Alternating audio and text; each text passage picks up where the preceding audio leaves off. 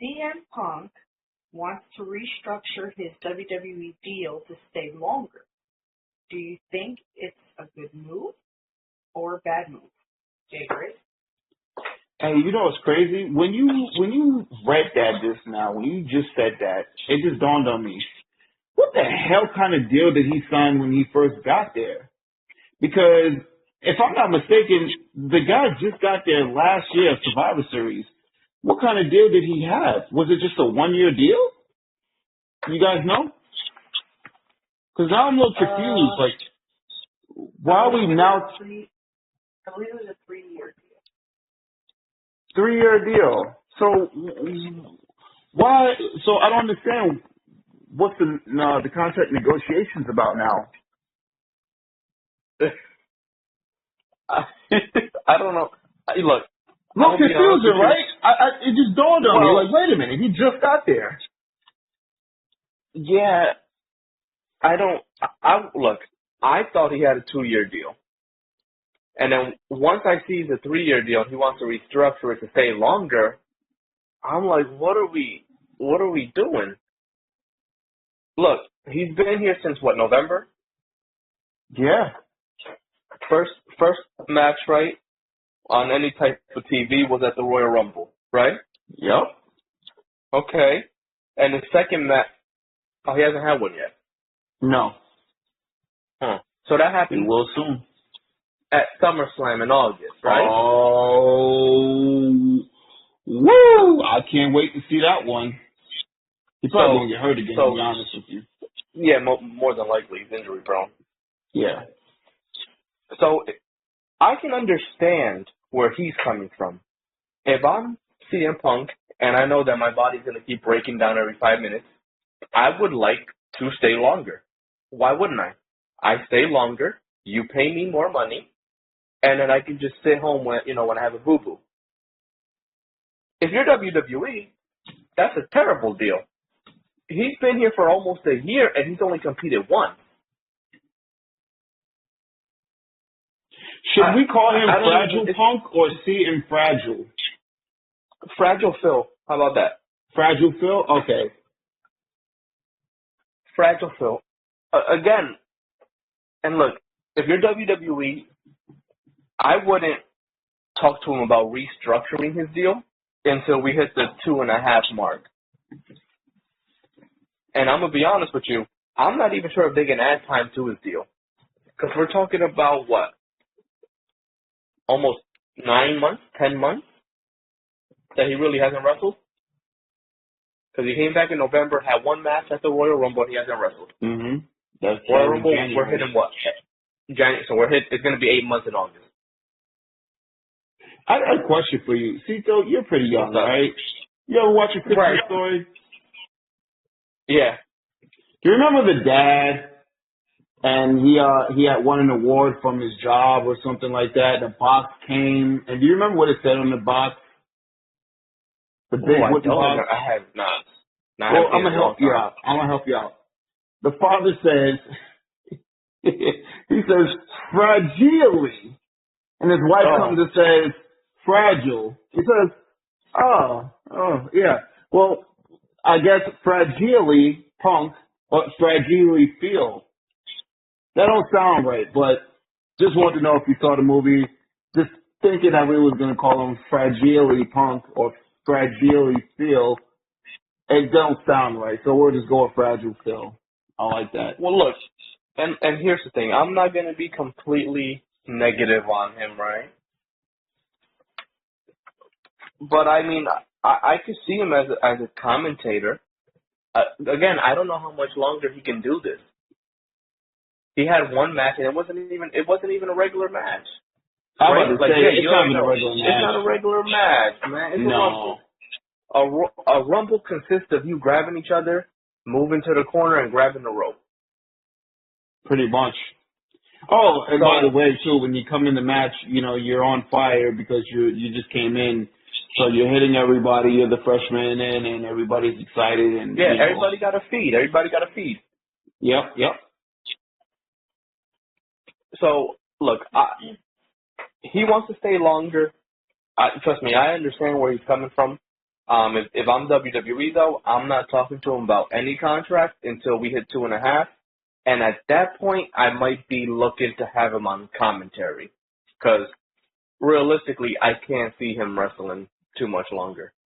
I really can't. Well, no. Good move? Bad move on his part? I think it's a good move. Like, I think, I think CM Punk is, I think he's a good wrestler. I think he knows what he's doing and stuff like that. But good talker, yeah. Yeah, he does. He is a pretty good talker. So in general, like, I think that it is a good move for him. Right, again, I wouldn't want him to go somewhere else and have to work with a whole bunch of kids. No. Or a whole bunch of people that can't run a Target. I think I think how he's going right now, I think he's on a good track. Right, it's not going to get much better than this. What were you going to say, Jay? Yeah. Me? I wasn't going to say much of anything.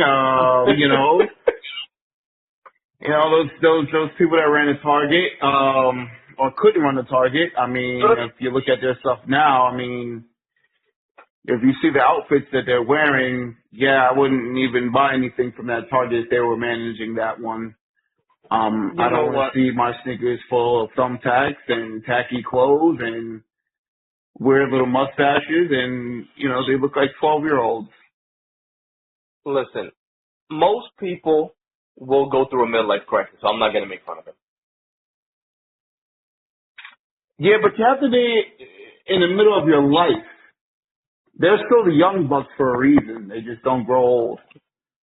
Oh, my God. Stop. How young are they? Stop the phone. We got to talk about the picture. I'm not talking about Sable's picture from Playboy. For all you kids don't know, that was a magazine called Playboy, and it had a wrestler in there named Sable, a little old school. We're not talking about that. I'm talking about the Scottish psychopath. They used to call him the Scottish psychopath. Drew McIntyre apparently Drew McIntyre had joined a little brother program, big brother program where he takes a troubled youth under his wing and he guides them into the right direction. Apparently this youth, I've been told, wanted to play in glass and wanted to play in the jungle. And then, he got caught up and everything like that. And something about scapegoating, or I'm not sure. But they paired him up with Drew McIntyre. His name is Jack Perry. You may be familiar with him. He's one of the biggest stars in AEW history. He is also the FTW champion. That's a belt that Taz used to have from the days of the ECW, which also went out of business. Another thing you kids may not know about, I'm not sure. But yeah, so Drew McIntyre has taken young Jack under his wing. If you saw, if you know, you know. If you don't know, well, you just found out. You're informed here on the Wrestling with Idiots podcast. What did you think of that beautiful picture? It brought a tear to my eye. No, look, I like the photo. I thought it was a cool photo, right? It's not every day that you get to meet a star like Drew McIntyre. And I'm pretty sure that kid is extremely humble. Mm-hmm. And I'm pretty sure he's going to aspire to be a wrestler one day. Oh, yeah. Yeah. Especially with his father being dead and all. Yeah. Because apparently Christian Cage was pretty much a safe haven for, kids that, would lose their fathers. And apparently he's just kind of too busy guiding one right now. So, yeah. Kudos to Drew McIntyre. And that's the crazy thing. They're portraying Drew as the heel here. I don't know why. He's not the heel. How can he be? I don't get it. He's getting screwed left and right.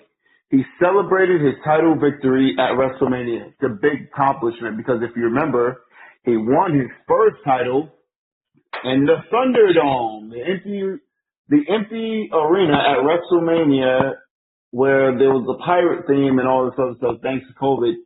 So now this year, he got his win at WrestleMania 40 in front of an actual live crowd in the opener of Night 2 at WrestleMania. And CM Punk went and spoiled that for him, and then Damian Priest cashed in. And then also, again, Money in the Bank. He won the briefcase. I think it was his first time winning the briefcase.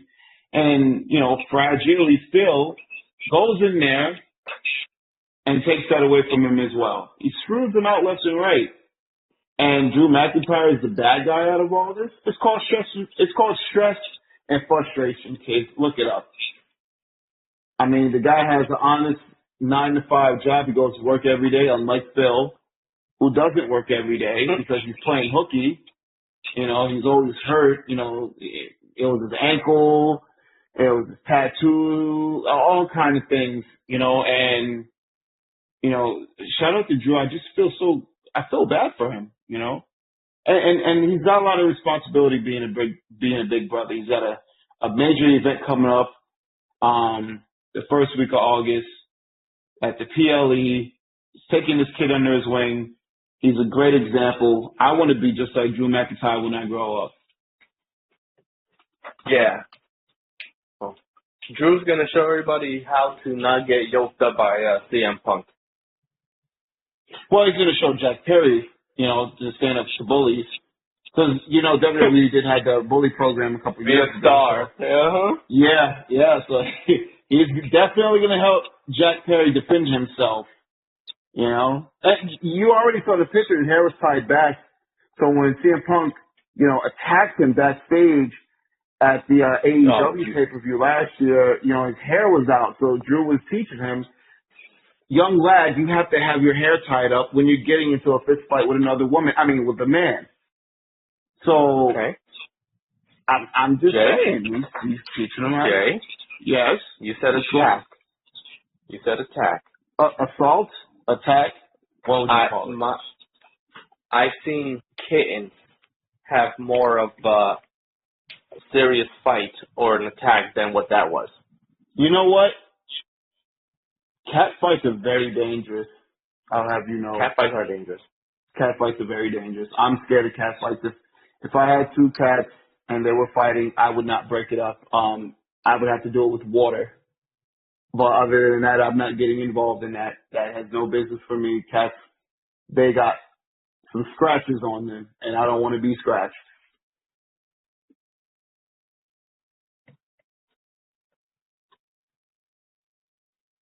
I don't want to be cat scratched. How about that? I mean, that's not fun. It's just not fun. No. No, not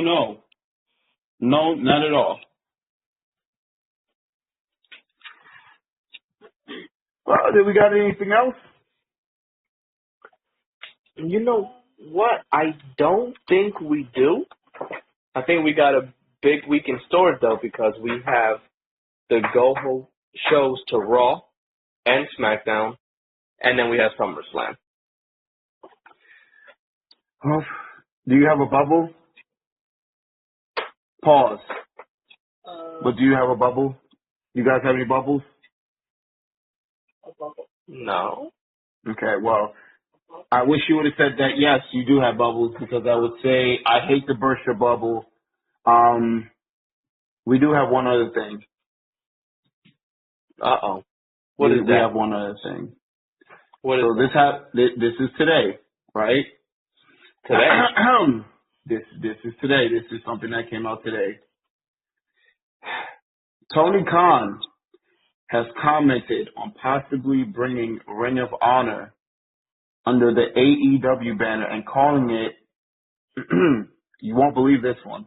This is the greatest wrestling name for a company ever. AEW Ring of Honor. You know what? That Tony Khan is a genius. I said the same thing.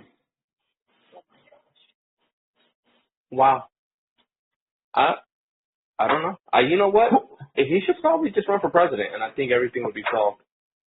Well, with the candidates that we do have, and especially when we had, let me watch what I say here because I will get canceled, and I am PC. I'm all for, political correctness. I won't say anything about sleepy Joe Biden or messy Kamala or anything of that nature.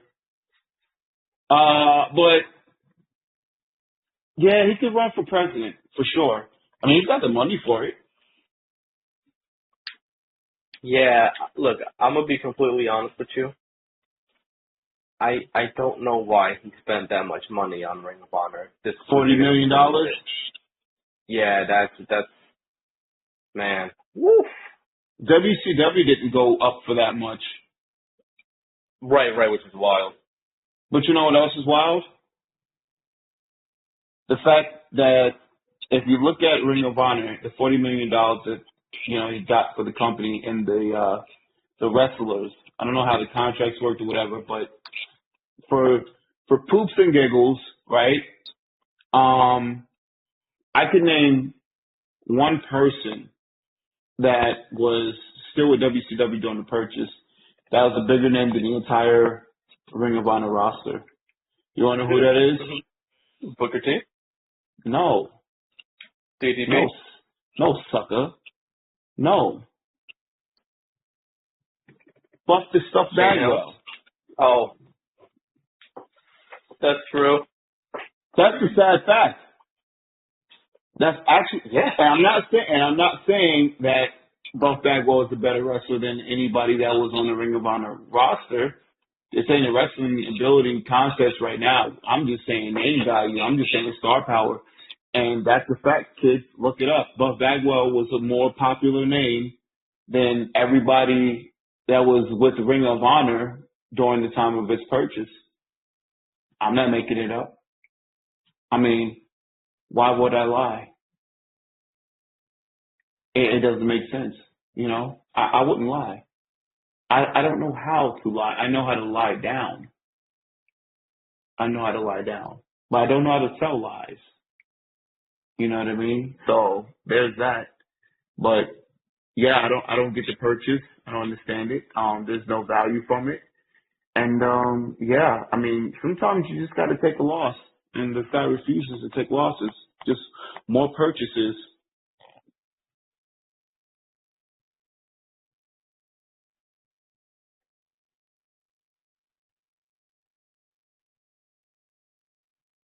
You got anything? No, I'm just baffled that this is what he's really doing with Ring of Honor. But no, I got nothing. I can't even wrap my head around that. It would have just been better off getting sold to WWE and going on Peacock, the library. Yeah, could have been. But I think we all knew. I think we all had an idea of where it was going to go. Yeah, and it went there. Yep. Because every week Tony Khan had to let it be known that he has a special announcement. You know what the special announcement is this week? Is that I have a special announcement for next week. So you're saying that his special announcement was that his dad is still rich. Yeah. Man, can you imagine the $1 million monthly allowance? Oh, God. I would love that. I would love that. Yeah. But unfortunately, my parents are very hateful and evil. They haven't given me a dime of their money. So to hell with them too. Where's my allowance? Where's my $1 million? It's insane, to think that they would only give me a simple Mercedes for my 16th birthday. It's crazy. It makes no sense. I mean, that's what you get for your 16th birthday is a Mercedes Benz. Surely they could have done much better than that. I'm sorry, but whatever. Did you get a Mercedes-Benz for your birthday? Did your parents take you too? I did not get that. I was not as privileged as Tony. No, neither am I. Neither am I.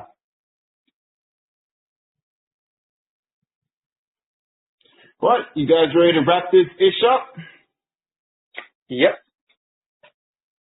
All right. let me take care of this part right here. Take care of it. Ladies and gentlemen, we would like to thank you gracefully and humbly. Thank you so much for joining us today, tonight, with the Wrestling with Idiots podcast. I'm Jay Grizz. This is Citoo. Yep. That's Dom. Say bye, Dom. Where you at, Dom? Dom is a little shy. I think she went away. She's shy. Dom left. She quit. I think she quit. She just left us high and dry. She'll be back with us. And that's the title of this show, too. It's renewal time. Citoo, please see it that, you do give her a better contract so she could renew. I'll be honest with you. Once she heard what Tony wanted to do with the Ring of Honor, she's like, yeah, no, I'm out of here. I don't blame her. Kind of like how the fans left the shows. Exactly similar. Boy, I just hope the one AEW fan that viciously verbally attacked us a couple of weeks ago does not come again to look for vengeance upon us for speaking so poorly about AEW. It is what it is. But, yeah. All right. Yo, till next time. Peace.